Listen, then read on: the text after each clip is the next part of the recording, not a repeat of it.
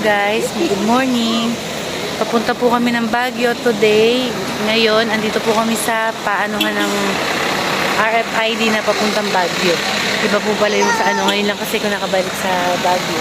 Ayan, medyo mahaba yung pila. Ayan. Waiting.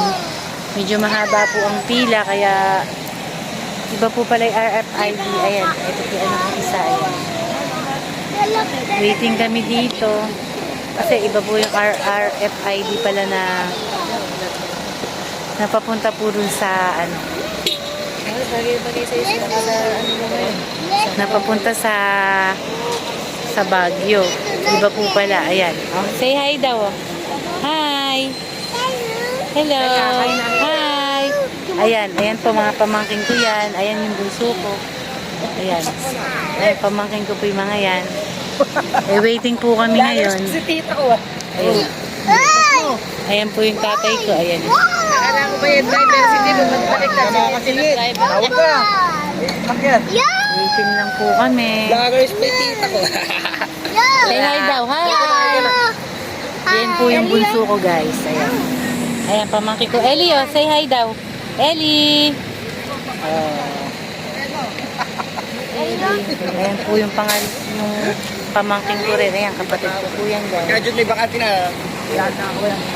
Wait lang po kami. Dito sa ano ng RFID, papunta po kami ng Baguio. After 3 years po, ngayon lang po ulit nakakapunta ng Baguio dahil nag-pandemic, tapos may sakit si nanay, hindi ako sumasama. Yes, hello mga sis, mga idol. Papunta po kami ngayon sa Baguio City. After 3 years, ngayon lang po ulit mababalik. Ayan po, ayan. Ayan, ang mga kasama ko, ito po, bayaw ko yan, ito yung asawa ko. Yes, at ito po ang aking anak. At ayun po ang dalawang pamangkin, si Renzo, tsaka si Ched. At anak, ayun isa. Hi! Ayan. Tapos, ayan po. Medyo na delay ng konti, nagpaano po ng RFID. Pang papunta sa north, magkaiba pala yun. Para cashless po sa mga toll gates. Ayan mga sis. Ang ganda po ng ating sunrise. Ayan. Ngayon lang po ulit pabalik ng Baguio City.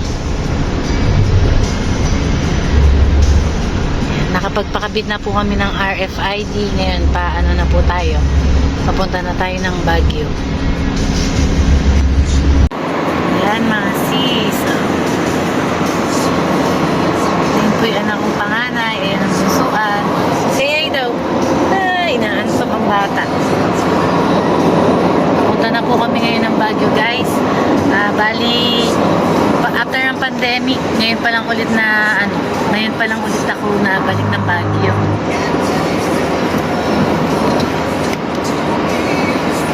Kasi noon, nagpupunta na sila. Last year pa, nung open ay Baguio, nakakapunta na yung mga ano ko, mga kapatid ko, ganyan. Eh ako kasi, sabi ko, ako'y nanay noon, may sakit siya.